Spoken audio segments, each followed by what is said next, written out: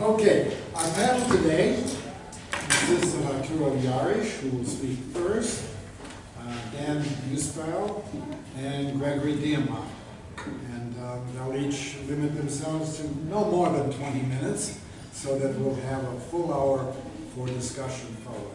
So, Arturo first. Good morning, everyone, and thanks for the intro. You want to use that? I know if that's okay. Perhaps I'll walk around a bit.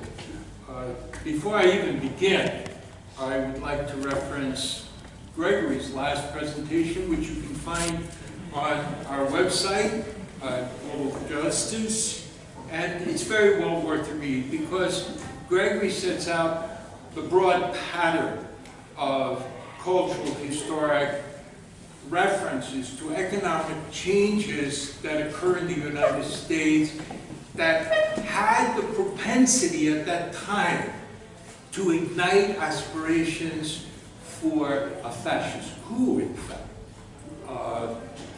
What I would like to do this morning is to focus fascism in its historical context, so-called philosophical rationales, and its very deep historic roots in capitalism, which Gregory explains in his paper. I urge everyone to read that. However, before we can even approach the topic, we have to ask ourselves, what is fascism? Because so many people are not quite sure. Fascism, most of us reference with Mussolini, with Giovanni Gentile in Italy, without fully understanding the Italian context. It's not my purpose here to explain Italian history, but to set fascism, first of all, in the Italian context, when it was, in fact, innovative. Many people, including Franklin Roosevelt, commended Mussolini. This is a broader context that we have to place for our discussion of understanding what is fascism. We also have to confront terms such as classic fascism, what was formed, and we can even say experimentally, in Italy from about 1919, the March on Rome, and the seizure of power shortly after, or the capitulation of rendering to Mussolini and the fascist power in 1920-21. However, we also have to take account of the fact that fascism in Italy was an experiment supported by many popular groups, including anarchists, Georges Sorel in France. People weren't quite sure what fascism was at that time.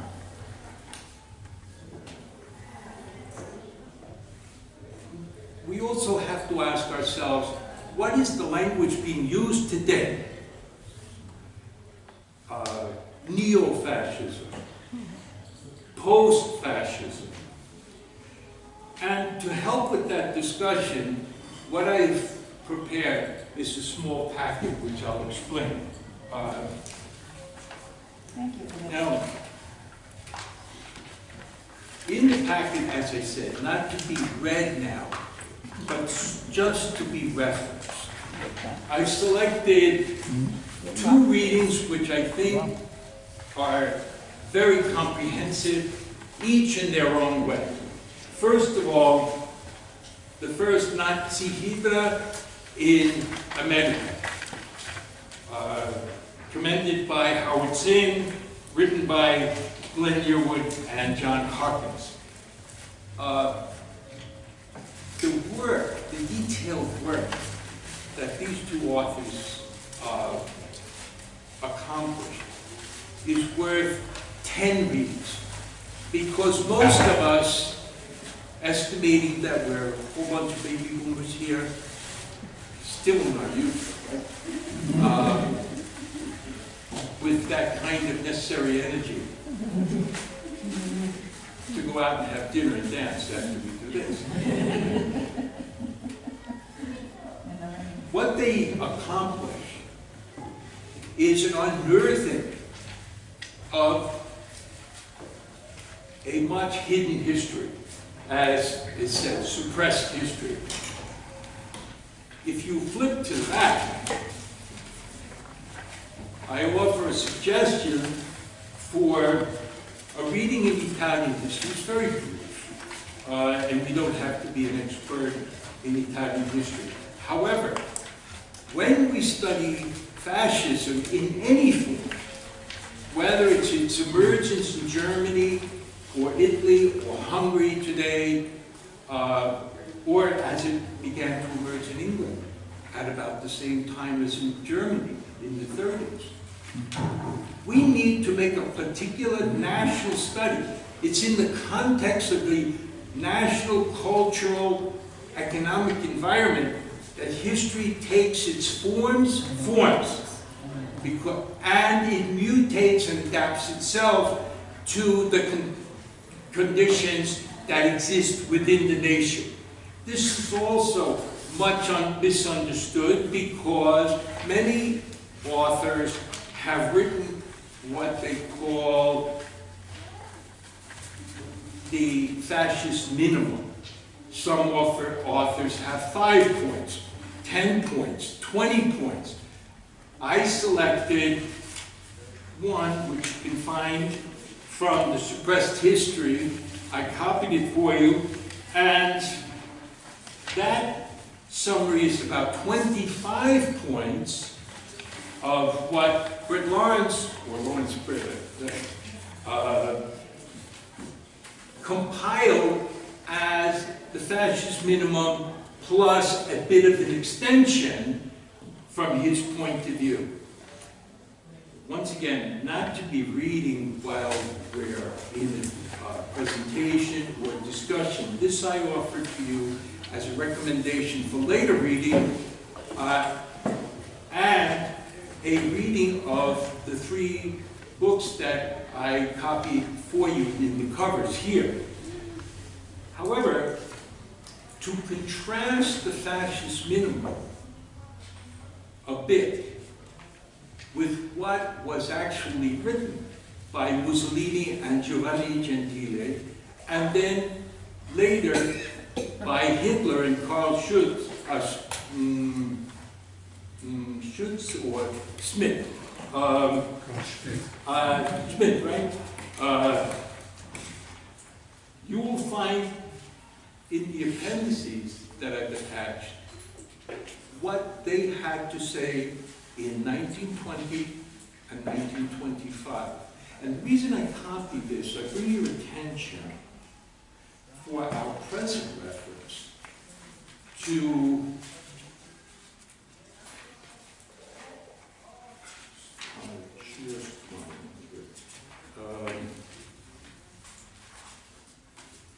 I bring your attention to what was written in German,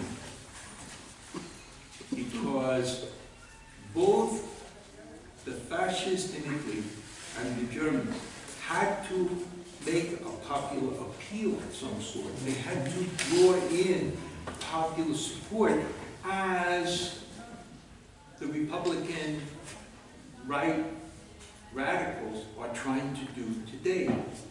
And astonishingly for us, they appealed to the anarchists. The anarchists. In Italy, fascists enjoyed widespread support among anarchists. And of course, the middle class, as in Germany and in Italy. However, to help confuse us a little more, when you have time, read the social program of the Nazis. The social program of the Nazis has appeal, and the elements, and not to condemn the emerging socialists in the United States, has the same appeal that's being presented in the United United States. The Nazis were able to, and the fascists particularly, were able to accomplish almost universal health care. Of course, the Nazis had to get rid of around 6 to 8 million people to accomplish. Jews, Serbs, and so on. But that was the appeal. Housing. They attacked the Jewish-owned, many times Jewish-owned, and in Italy, the newly emerging department stores as a Jewish conspiracy, and then to distribute the units, housing units, apartment units, and stores to loyal party members. Finance was repeatedly attacked. High finance. But only Jews were attacked. And you'll read in this. If you eliminate reference to the exclusion of Jews in the Nazis' 1925 program, written by Hitler and Carl Schmitt, you can almost feel the same type of program that is being presented in the United States in even a diluted form. We haven't even reached that level of capacity. We're not even yet excluding minorities, blacks, and Muslims, and certainly Mexicans who are paying their taxes in full. So we must be careful as we listen today to what was accomplished, and we're not even approaching it. So I begin now with that, following that little introduction. And in the case of a similar situation to Johnny Carson's show, I warm up the stage for these guys. Many of you are here because you're probably not only interested, but you read the article. I make reference to 2 parts of this article. Where does the project, the fascist project, fit? We're referring to 20th, first century fascism.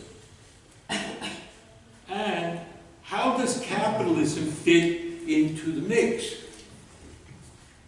Well, my position, you don't have to search for my thesis, I'll tell you right out. Fascism is culprit. Fascism, historic capitalism has in its operations, in what the author Veeb calls the search for order. Capitalism in its earlier competitive stage, shall we say, in earlier England, very early 19th century, the United States, had elements of competition. Following the Civil War, those elements of competition were being consolidated, literally, by the New York bankers. And the center of banking in the United States from the time of the first manipulative trades of the new money unit called the United States dollar on Wall Street under the so-called buttonwood tree was a manipulation of funds to literally consolidate financial power in Wall Street, for want of another place. Wall Street, the financial district of New York, became and remained through World War II and into the present, the power center.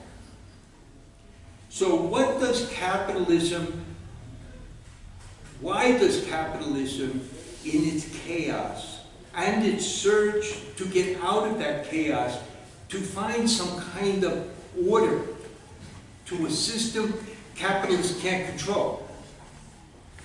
How does this begin to give rise to what we can call kindly organized capitalism, the search for order, and later on, following World War II with greater intensity, managed capitalism. Most of capitalist enterprises in the United States, taking Ford for example, was self-financing, internal financing, self-generated. However, as Marx pointed out once, with the invention of credit, or the rediscovery of credit in the 19th century, the bankers inject themselves into the accumulation process. They take a cut in various forms. We may call it interest, we may call it finding fees, managerial fees, merger fees. There's endless terminology. Basically, they take their cut. And with the injection of credit into the economy, the capitalists have to figure out how, and they didn't know, they have to figure out how to manage their cash flow. Any person here who worked in a grocery store knows what it means to manage 3 minutes. means, that's all, I used 20 minutes already? Jeez. It's so nice. But later on, I guess I get to participate in a discussion, which I hope I'm provoking. But in that search for order, in that search to manage credit, to pay creditors, to avoid bankruptcy. Bankruptcy, 1917. 1907. The emergence of the Fed. And a tremendous effort done in secret to hand over the entire banking system of the United States to private capital and call it what we might call today public-private enterprise, where in fact the capitalists totally control all of the financial affairs. So they determine interest rates, they determine the value of money. Now they determine the international value of money. So the capitalist, whether it's a big capitalist or a small capitalist, has to conform to the standards set by the banking system. Because now, as Monthly Review has argued for the past 40 years under various titles and authors, the economy has been financialized. It is under the total control of the financial system. And herein lies, or therein lies, the impetus for the fascist control of money, fascist control of the economy, because when the system begins to choke, 1930s, 2008, which we lived through, the fix now is to expand the money supply,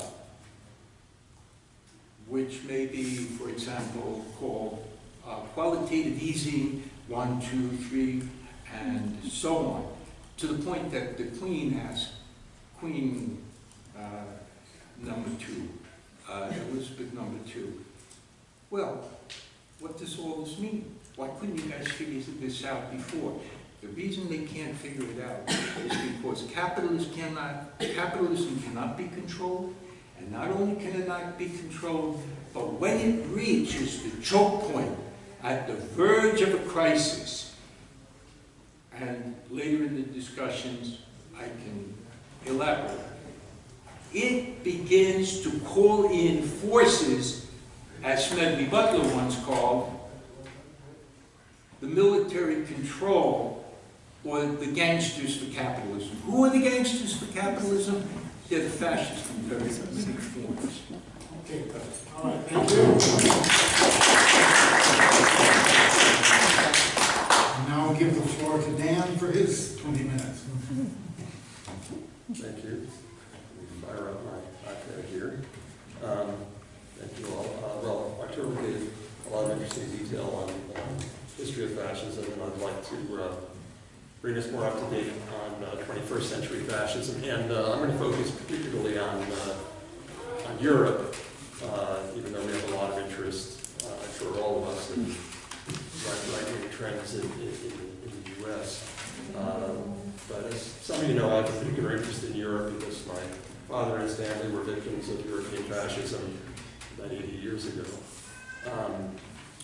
And Europe, of course, was the birthplace of fascism. Let me start by talking about, yes? Could you speak out to us? Oh, yes. We can hear that you're talking. Yeah, but they can't hear. Okay. Wow. I will. Let me stand up. That's I fine. just want to hear what you have to say. Okay. So, the European Union had parliamentary elections about 2 months ago, and they revealed the fraying alliance between the U.S. and the EU, as well as the weakening of U.S. imperialism and its neoliberal world order that had previously been dominant since the end of World War II. The EU voting also exposed the growth of openly fascist movements and the widening of conflicts within the capitalist classes of the most important countries of the EU. It also underlined the urgent agenda for the predominant wing of the European capitalists as they move toward the next global military conflict. The instability and splintering within longtime U.S. allies like Germany, France, and Britain, alongside the sharpening rivalry between the U.S. and rising imperialists in China and Russia, raises the likelihood of war. That's how imperialists solve their contradictions, even if only temporarily. At the same time, this volatile period offers a strong opportunity for leftists to organize a new revolutionary movement to militantly oppose imperialist war. The old guard European leadership includes the French banker president Emmanuel Macron, Germany's lame duck chancellor Angela Merkel, and Britain's imploding conservative labor establishment. These leaders want to continue to ally with the U.S. mainline capitalists. The dominant capitalists, whose multinational alliances like the EU and NATO protect their long-term imperialist profits, continue to hold lethal state power in both the US and most of Europe. They're still the main threat to the international working class. If anything, the far right's recent surge enhances the ability of liberals and social democrats to mislead workers into backing the so-called lesser of two evils, instead of creating an international revolutionary working class movement. In my view, fascism is the ultimate result of the dictatorship of finance capital, when, for a variety of reasons, the ruling class can no longer function with a semblance of democracy. At the moment, the dominant progressive neoliberal capitalists are under siege from more domestically oriented capitalists, whom Nancy Fraser has called hyper-reactionary neoliberals. This latter group, represented by Trump in the US and by a growing number of international autocrats supported by right-wing populist movements, is made up of crudely racist nationalists who share an isolationist, short-term, profit-taking outlook. They don't want to be taxed for the next big war because their investments are less directly tied to imperialism. As finance capital finds its core interests threatened, the mainwing capitalists may resort to fascism to unite and discipline their own ranks. Then they will intensify their attacks on the working class in preparation for the next war. The growing split between these two camps can be seen in the EU parliamentary election results, and I'll give just a few examples. In Germany, the ruling main-wing coalition parties, the Christian Democrats and Social Democrats, both took major hits. The reactionary anti-immigrant Alternative for Germany made gains in Eastern Germany, while the outsider liberal Greens grew among the young urban voters, mainly in the West. In Italy, the openly fascist anti-immigrant League, led by Matteo Salvini, swept the field and won more than a third of the vote, expanding from its base in the north and more than doubling its support in just 1 year. In France, Marine Le Pen's National Rally won big on an anti-immigrant platform, mainly in rural areas, defeating Macron's En Marche party, which remained strong in cities. In Britain, Nigel Farage's anti-EU Brexit party, formed just 6 weeks earlier, won an easy victory.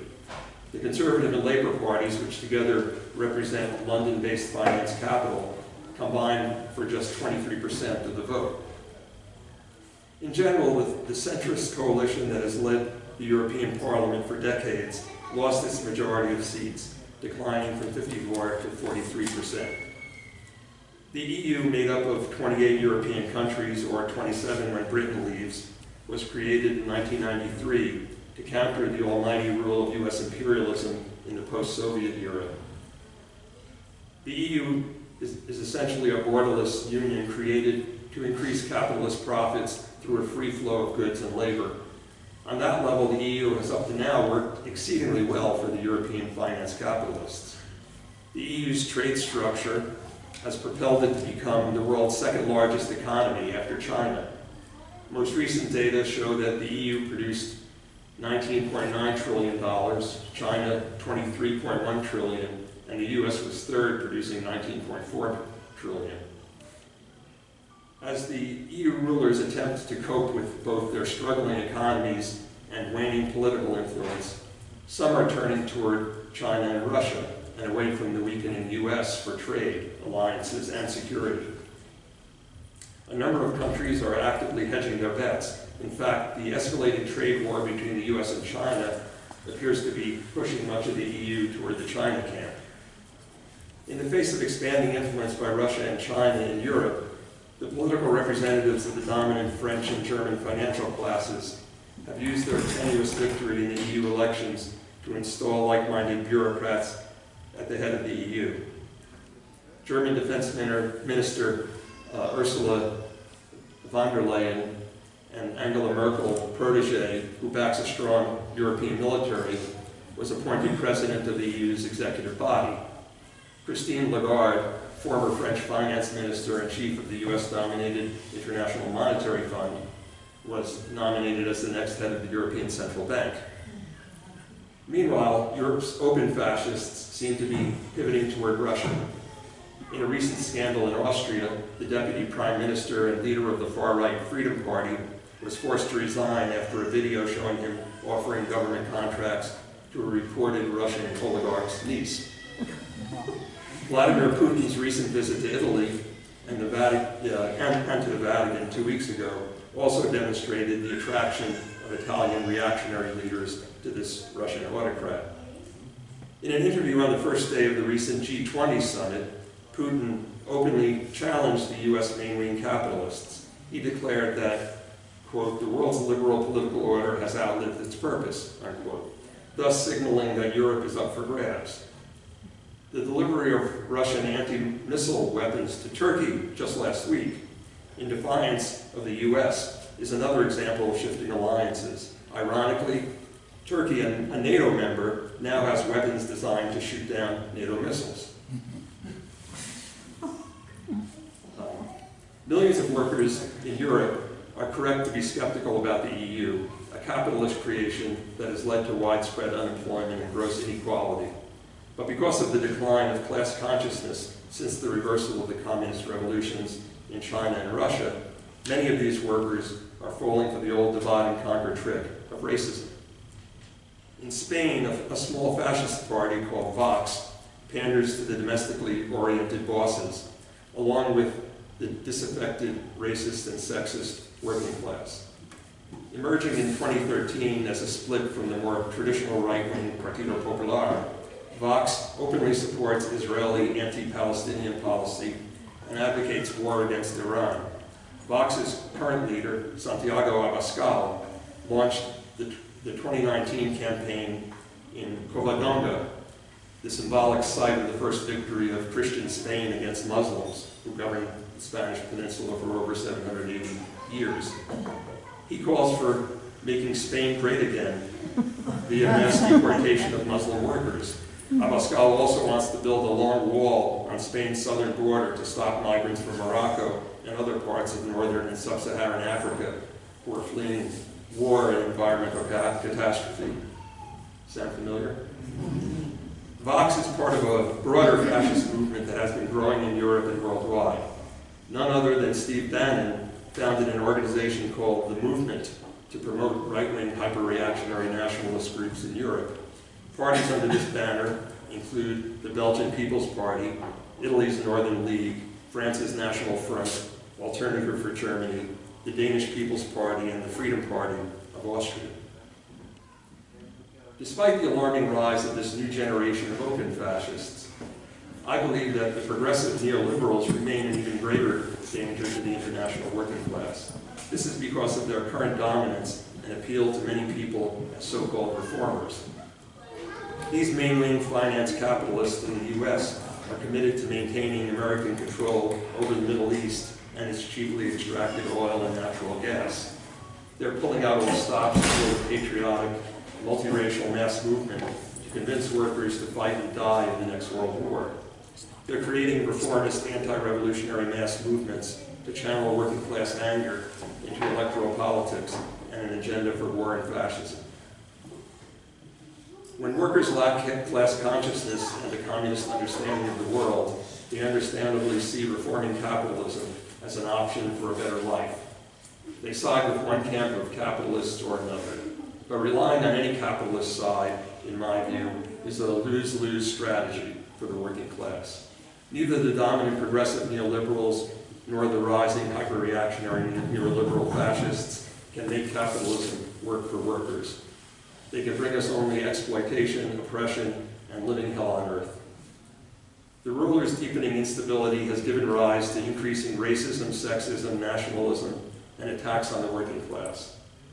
As a new communist movement develops and immerses itself into the rulers' mass movements, injecting leftist politics, exposing capitalist hypocrisy, and fighting off the rulers' attacks, it can build confidence in the working class.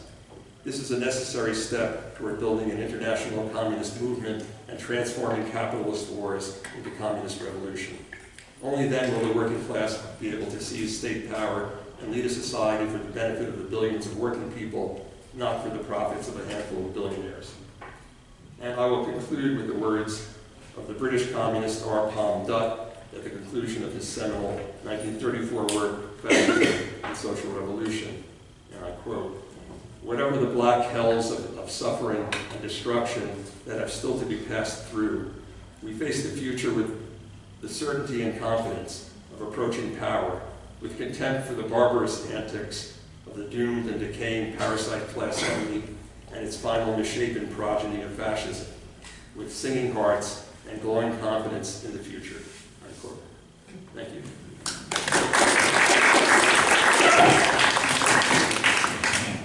Thank you, Dan. And now, Gregory. Thank you. Good morning. Thinking about modern liberal capitalism reminds me of the Alien movies. Horrendous monsters everywhere seem to be unstoppable. Their sticky drool touches everything. No one seems to be safe.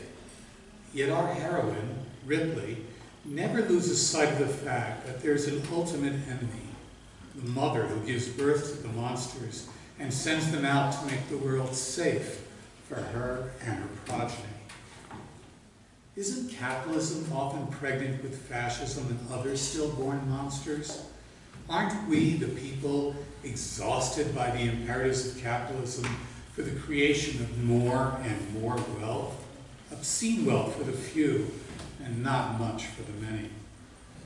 Gross inequality, racism and misogyny, work insecurity, the existential threat of climate collapse, and the criminalization of poverty. Aren't these enough for many of us just to throw up our hands and retreat to an inner space, a sort of intellectual cocoon? How can we struggle to overcome these threats and the often pervasive feelings of powerlessness? In 1939, Max Horkheimer, a philosopher and cultural critic and an emigre from Nazi Germany, said, quote, "Whoever is not prepared to talk about capitalism should also remain silent about fascism," end quote. Let's now talk about both. Fascism is a word often used to describe anything oppressive, a term of opprobrium that conjures up the odor of sulfur. But doesn't using it that way muddle our thinking?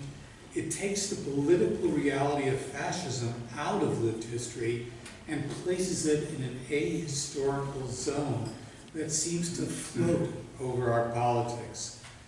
Using it in this way thus masks the real nature of our political economic system, capitalism, and helps to unplug the will to struggle in a critical way for change. How can we posit a vision of the future if we don't really understand our past and present? If so, much that we characterize as bad as fascist, well, what does the word really mean? Well, fascism, as we said, was born in the womb of capitalism as part of the ongoing struggle among classes. Its most immediate antecedents can be seen in the cultural pessimism of Europe in the late 19th century and a cultural modernism that took root at the same time. Cultural pessimism was an outgrowth of increasing wealth that had as one of its artifacts the decadence that is expressed in the arts and in social mores. Sounds familiar today. Modernism in the arts also took root then and was in many ways a reaction to the perceived placidity of that time, and later found its expression in the new technology that had been developed, such as cinema, and was stimulated by the upheavals of the First World War and the Bolshevik Revolution. In Italy, the futurist movement exalted speed and metal and was a cultural forebear of the Mussolini Revolution. In the new Soviet Russia, similar movements developed, but with an exaltation of the working man and woman. In some ways, we can also see the form that the politics of classical fascism took from the left-wing Jacobinism of the French Revolution. Mass mobilization, plebiscites, the concept of the nation and sacred soil, all these can be seen in revolutionary France, and in one way or another were adopted and modified by 20th century fascism. Post-World War I Europe seemed to be a world turned upside down. The devastation of the war and the subsequent Spanish flu epidemic that caused the crippling and deaths of millions, revolutions, changes of borders with the resultant stranding of populations in newly created countries, and then followed by inflation and the coming of the Depression, all contributed to the feeling that all bets were off, or as the Cole Porter song would have it, anything goes. But the impact, all of this topsy-turvy change, is that many people rightly felt that they had no part in the creation of the new political and geographic reality, that they were merely objects to be manipulated and not subjects. The elites made the changes, and the people were crammed into the back of the train, riding in the caboose, inhaling engine smoke. This led to an understandable reaction, the need for stability and order. There is no doubt that at that time capitalism was in crisis. Despite the cultural promotion of the Roaring '20s, wages were stagnant in the US for a majority of the population, and there was a crisis in agriculture that exacerbated rural poverty. Farmers were in terrible debt and could not bring their produce to market in a way that allowed themselves to free themselves from financial chains. Debt peonage was thus rife in America, and this was also true for a majority of working class people. Of course, once the stock market crashed in 1929, all the weaknesses of American capitalism were laid bare. Overproduction led to the warehouses full of unsaleable goods. Small businesses and banks collapsed due to unpayable loans, and unemployment and underemployment soared. In the US, incipient fascist movements were developing, as exemplified by the American Legion and the America Firsters. We hear that word again. Among their historical antecedents is the anti-Catholic and anti-Irish party, the Know-Nothings of the 1850s. And of course, there is no classical fascism without anti-communism. And the Red Scare, the post-World War I bomber raids, the violence against those doing union organizing, and not to mention the racism and violence of the Ku Klux Klan and other pernicious organizations were bubbling in the heart of American society. Huey Long of Louisiana was positioning himself as a populist leader and might have ultimately been a fascist in the Mussolini mold had he not been assassinated in 1935. Today we speak of classical fascism of the first part of the 20th century and newer outgrowths such as post-fascism and neo-fascism. For a good overall definition, we could say with Samir Amin that, quote, fascism is a particular political response to the challenges with which the management of capitalist society may be confronted in specific circumstances, end quote. Well, that's quite a mouthful. So in simpler terms, what that means is that it is part of the toolkit used when needed by the ruling elites in the ongoing class war to combat challenges to their hegemony. The classical fascism of Mussolini, Hitler, Franco, and others was always willing to manage society and the government without challenging the fundamental principles of capitalism itself. Even though fascists gave virulent speeches about plutocracy or capitalism, and we can hear that echo today, they were fundamentally blowing smoke in order to appeal to the masses. In fact, under fascist governments, profits were generally up for major firms who were then able to buy out smaller ones who could not adhere to new regulations that were instituted as the countries prepared for war. In all cases where fascism ultimately became the dominant political form, the support of big business and other conservative forces, such as churches, were a crucial factor in the rise of fascism. When a capitalist society is in crisis, the clear fascist choice is the subversion and rejection of democracy.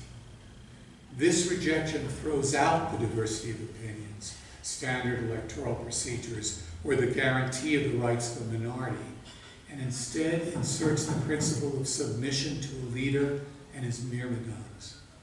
Ideas tend to be backward-looking, with a concomitant promotion of national myths and political and historical fairy tales. As an example, we can clearly see that today in India, where the Modi reactionary government is downgrading the accomplishments of the Mughal Islamic period and rewriting history to falsely embellish Hindu rulers, as well as in other places where race and nation become touchstones of the ruling ideology. The reactionary nature of plebiscites becomes clear, as their use destroys the process of collective leadership and instead substitutes a relationship between people and leader, the nation and the chief. They have the effect of reducing complex issues to a simple binary. And a current example was the referendum in the UK regarding Brexit, in which the manipulation and twisting of facts became the locus of politics, and victimhood is a theme carried to ridiculous extremes. The ruler, in his or her embodiment of the nation, becomes a victim in a perverse retelling of the story of the Christ. Witness Duterte in the Philippines, complaining that the criticisms of women regarding his brutality and misogyny are a hurtful limiting of his rights to speech. And poor Duterte is the victim, he who has advocated rape and the shooting of women in the vagina. The spectacle, mass rallies, torchlight parades, simplistic speeches that negatively characterize the other and promote national myths, becomes another substitute for the exercising of a critical politics. The education of the young primarily consists of drumming in their heads the idea of overall submission to a leader and intellectual submission to the national myths propagated by the leading circles. There is also a strong reinforcing relationship between fascism and the irrational.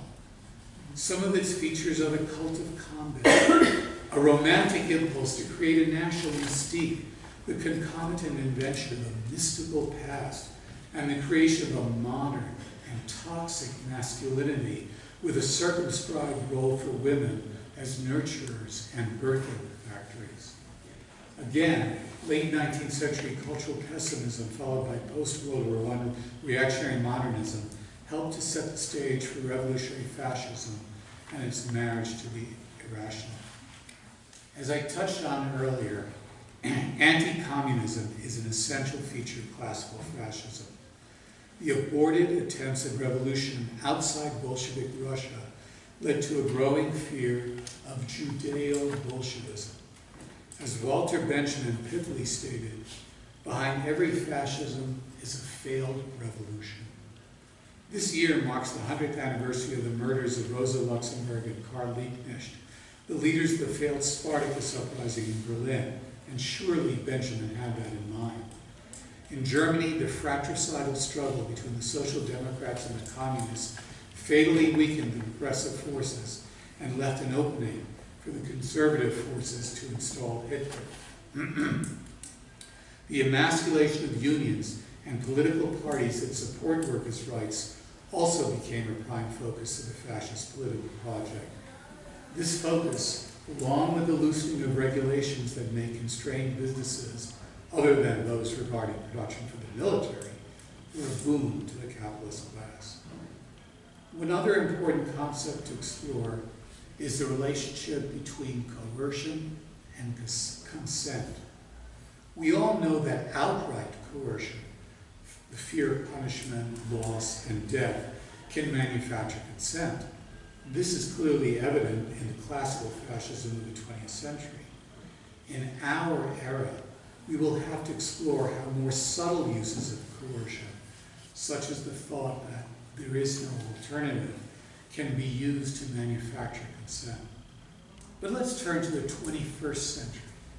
Some new terms have entered our political lexicon, such as post-fascism and neo-fascism.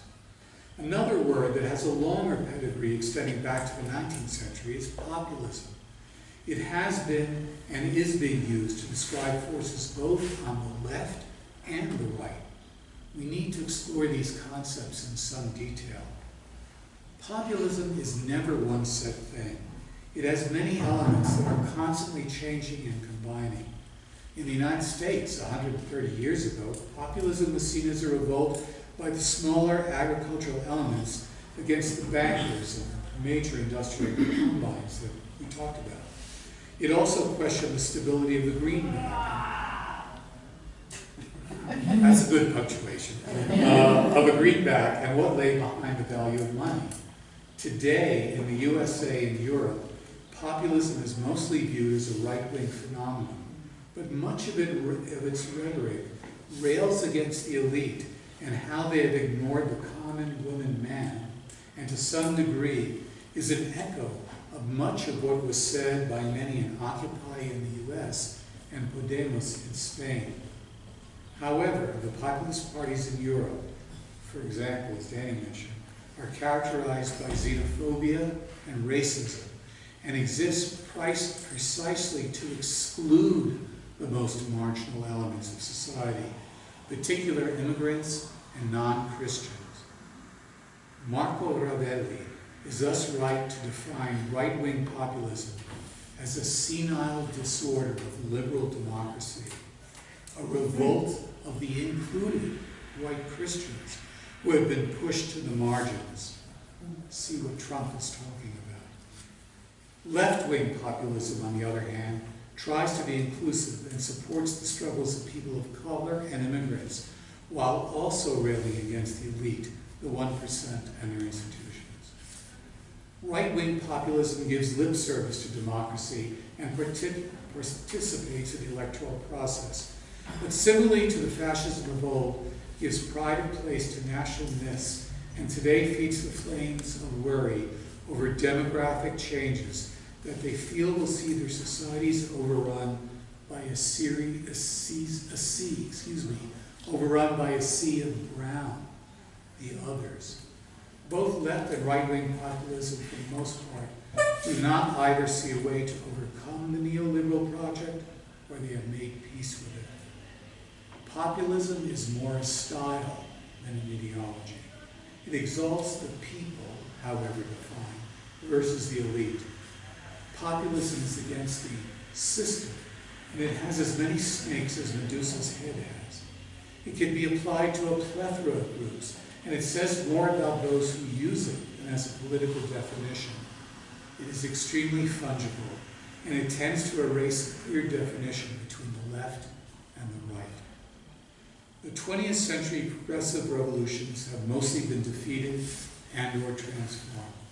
For most of us, elections serve as an interruption to our politically quiescent existence and do not usher in fundamental changes.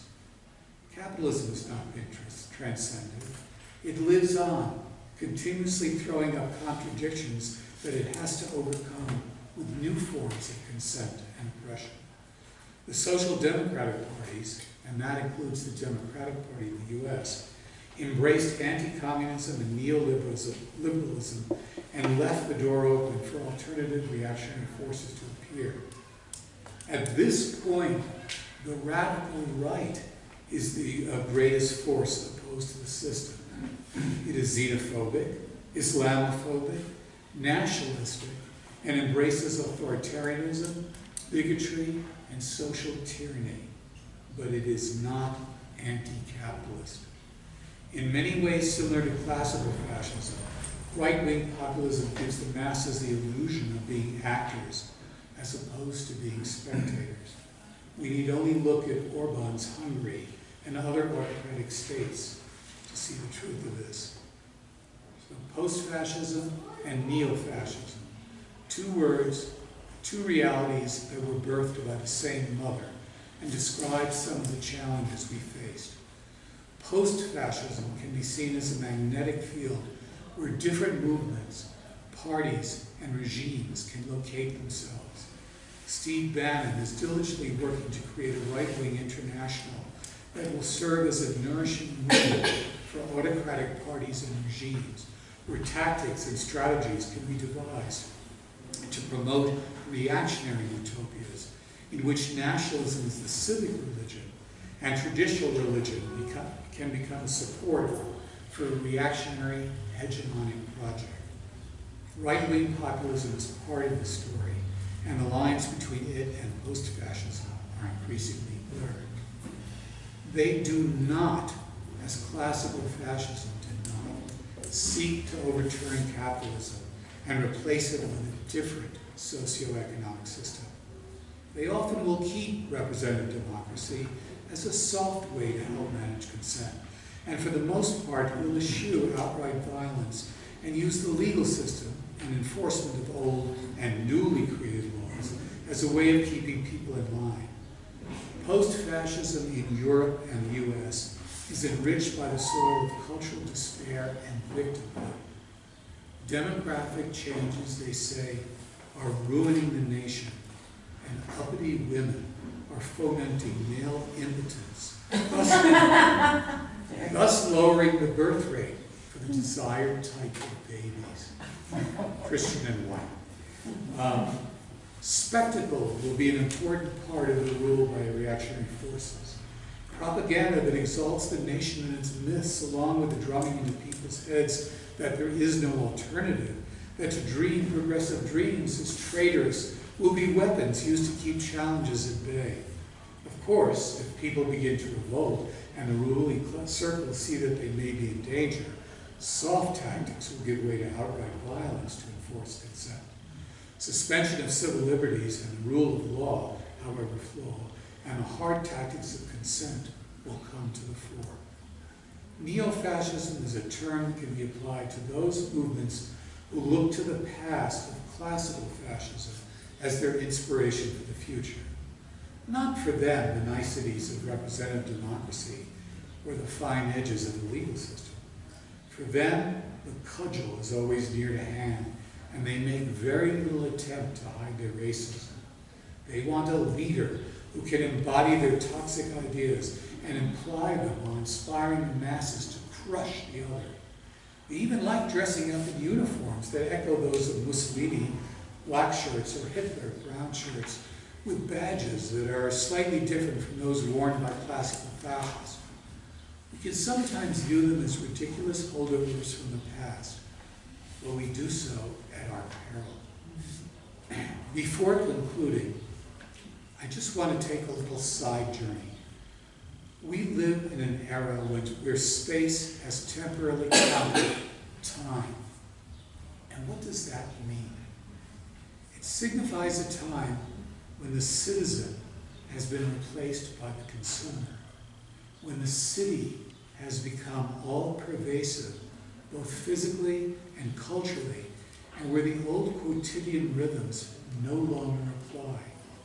Sowing, reaping, and harvesting, they're foreign to most of us. We are familiar with rats and pigeons, but not so much with foxes and orioles. The contrast between the city and the country is no longer so defined. We leave the city to find ourselves in a suburban space of sameness, where most of us are watching the same programs on television, we're landing on the same websites, and having many of our experiences mediated by digital devices. In a way, time, as our forebears knew it, no longer exists. But time may yet have the last laugh. In the wildly popular television program, Game of Thrones, there is the meme, winter is coming. For us, this meme should be, the storm is coming. Today, nature may seem to be vanquished by the ocean of concrete and glass that covers our landmass, but nature's power has yet to be fully shown. It has unwittingly been augmented by the carbon and methane that we have pumped to the air and oceans over the last 200 years. We have created our own super Godzilla that is ready to put paid to our pretensions of mastery. But against this monster that is ready to lay waste to our world, our potential army of the young and the committed of any age that is ready to do battle with our own thoughtless selves. This army may yet find an ally in nature and time as it struggles to find a new balance for our planetary metabolism. But let's return from our short but monstrous side trip to consider our possible future as we struggle with the earthly, political monsters of late capitalism, reactionary populism as it grows into post-fascism, and the festering detritus of neo-fascism, all nourished by selfishness, misanthropy, and austerity, and overlaid by the reality of impending climate change. It has been said that when snakes begin to move to higher ground, it is a harbinger of floods to come. So what are we to make of the 1/10 of 1% buying up homes in New Zealand or in decommissioned missile silos as safe havens? The past 40 years of neoliberal policies has eviscerated the left. Unions and working class parties have either been terribly wounded or kept to the extreme margins. Left parties and movements in Europe are tearing themselves apart over the question of immigration. It is sad to say that today, that the left, for the most part, exhibits a critical thought as sophisticated as it is politically impotent. Still, there are many sparks of hope that are ready to burst forth in new types of progressive actions. Awareness of the environmental challenges has grown immensely. The neoliberal nostrums are beginning to lose their power over many people's lives. Many of us are daring to dream again, progressive dreams to counter our rebarbative reality. Perhaps we will begin to worry a bit less about protecting differences and more about extending equality. Hope is slowly, tentatively spreading its wings to shelter us as we imagine a different type of future that in the past we took for granted. What will the confluence of environmental stressors and political reaction bring? Who can say?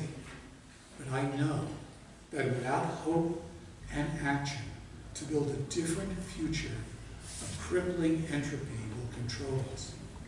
We have to take action and be the subjects of our present and future reality. I am neither an optimist nor a pessimist, as both words imply a lack of thought. They are an emotional response to situations that require critical thinking, as painful and difficult as that may be. I have hope, but hope must be put into action. Actions that will lead to transcending capitalism and closing off the path to neo-fascism and other stillborn monsters of late capitalism, among which we must include the environmental challenges we face. And yes, there is no alternative under capitalism. So let's dream, let's act progressively so that we can ensure that our future is not behind us. Thank you.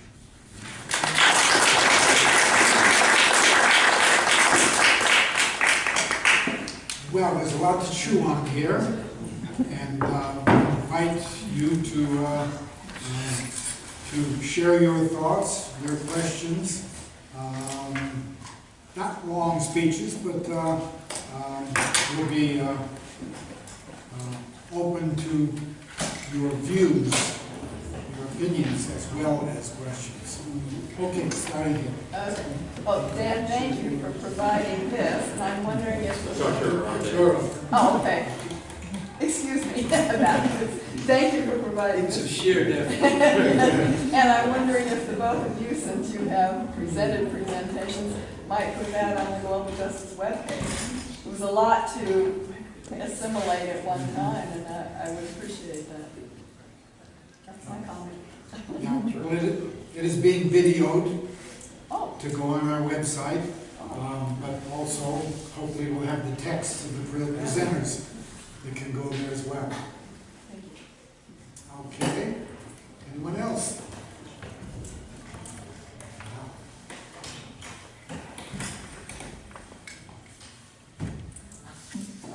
Yes. Well, would you say that the current election, with the number of Democratic candidates, offers some hope?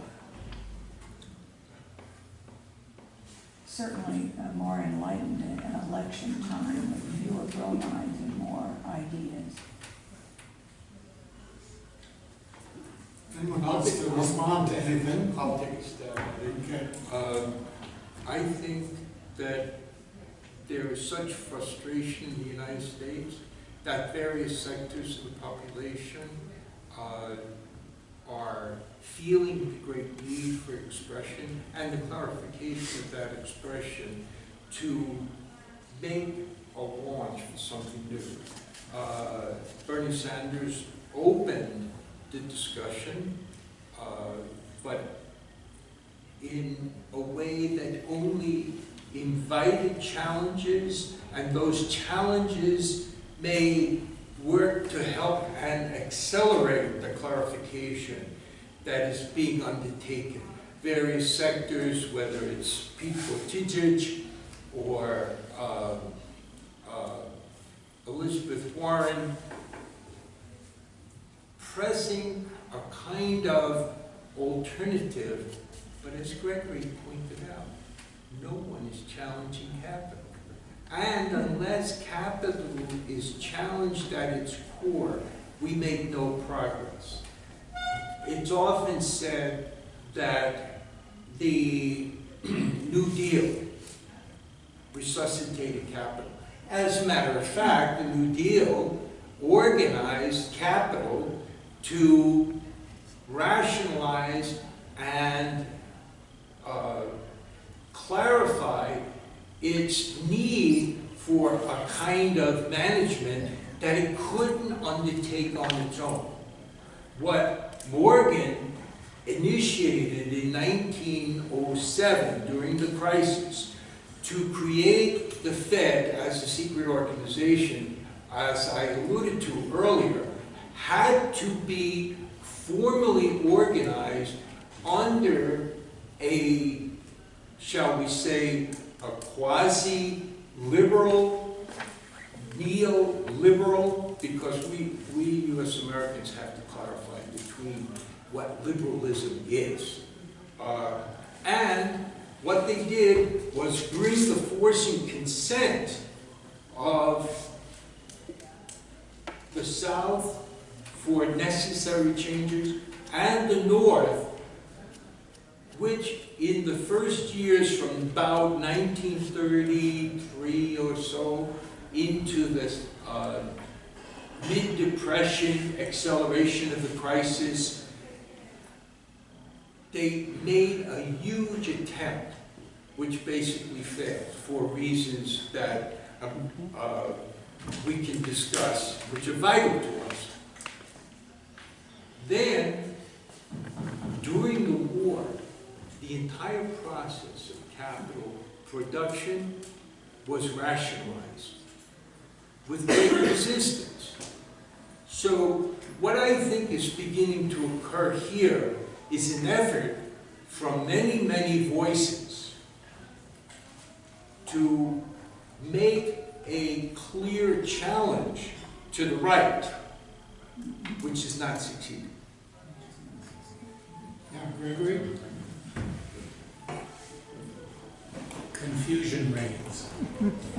I think that's clear to all of us. We who have been slumbering for a long time are awakened by what's going on. And as you said, there's a plethora of candidates with all across a kind of liberal perspective of what they want. But the crisis that we face, the environmental challenges, which I think are the number one existential crisis facing us, and which are being addressed by grassroots movements like Extinction Rebellion, both in Europe and here, and a lot of young people, and in which the Green New Deal is a stab at trying to put that into perspective, is something that is good, that it's obviously coming out of this.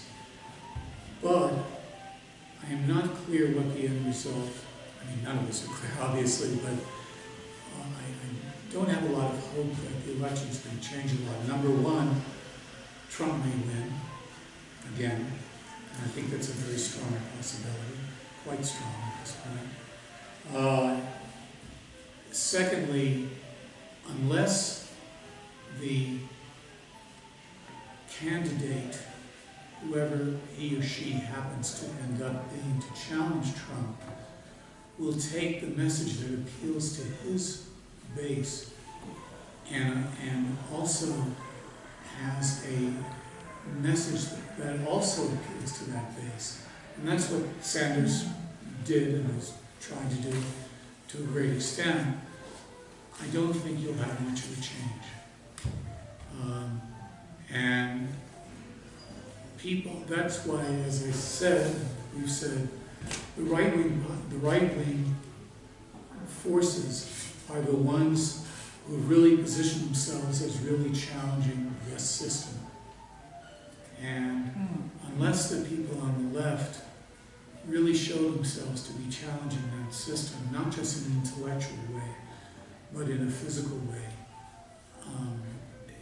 it dampens my level of hope. So that's what needs to be done. If it's going to be more of the same, if it's going to be Obama #2, not going to cut it, not going to change things. We have a crisis. A physical. Dan, were you going to say something? Well, yeah, I basically agree. I just briefly, I think there are a lot of exciting struggles going on, different local and national groups doing different things. Yesterday, I was following while Can't hear you. Yesterday, I was following live while a group called Never Again took over the ICE office in Washington, D.C., and I think that was exciting. There's a lot of things happening that are exciting, and I think that some of the issues that are brought up by the Democratic candidates, like income inequality, racism, climate change to a certain extent, I mean, these are all important issues that could be helpful for the left to raise further discussion. But I agree with both my colleagues that I don't think any of the candidates, the Democratic candidates, if they were to win, really are offering a fundamental challenge to the capitalist system that's really behind most of the suffering of the majority of the people in the U.S. and most of the world. And so I wouldn't look at any of these candidates as a savior to remediate the problems we're talking about. But I think participation in discussion and in mass movements around some of the issues that are raised in the debate, could be helpful for the left to grow. Can I add a comment here? I guess it was Arturo who mentioned that capitalism searches for order. And that was what brings to mind the Mussolini's definition of fascism as the marriage of the state and corporations.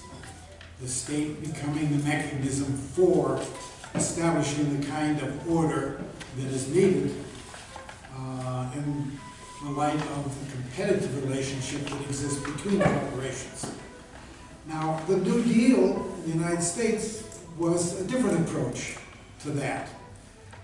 We got the regulatory state that brought order into a capitalist system that was in crisis during the Great Depression. And what we're seeing now as a major component of what is happening under the Trump administration is as Steve Bannon called it, the deconstruction of the administrative state. Deconstructing, destroying the regulatory mechanisms of the state. And behind all of the tweets and the other distractions that the media has so obsessed on has been an ongoing program to eliminate regulations as extensively as possible, basically promoting an unregulated, unrestrained, rampant capitalism, which could end up being quite destructive of capitalism in the long run, because capitalism does need order, and it's the state that has provided that order historically, and it's exactly that is now being removed under the kind of neoliberal principles that have been guiding the Trump administration, and that has also been embraced by the Democratic establishment as well. And many of that deregulation started under Clinton and continued under Obama as well. Yep. Yep. Yeah. Yeah. Yes. I would invite the panelists to comment on this situation. Assume Trump wins in 2020. Project briefly as you can what happens to the US and the world during the next phase of his administration. Anyone want to look into the crystal ball? Nightmare. Let's talk about nightmare. Sure. Despite the fact I'm a clumsy person, and when I woke up this morning, my crystal ball, which is on my night table, I jostled it and it fell down and it smashed into 1,000 pieces, which may be a good metaphor for what you're talking about. Clearly, what we see as a slow-moving and not so many cases slow-moving disaster on so many areas is going to accelerate, because the feeling of unleashing is going to be there. Let loose the hounds of war and cry havoc, Shakespeare said. And you're going to have more of that. And more people are going to be upset and are going to be flowing into the streets to combat that. At the same time, right-wing forces are going to be mobilized against this threat, which is going to be perceived as the others and brown people and all that kind of stuff. And there will be a tremendous amount of violent struggle, I think, if that is to occur. And I think it is a likely scenario, because I think right now Trump has a very good chance of being re-elected. So we have to prepare for those things and think critically about where we're going to go and organize, and organize on the local level, but also nationally and internationally.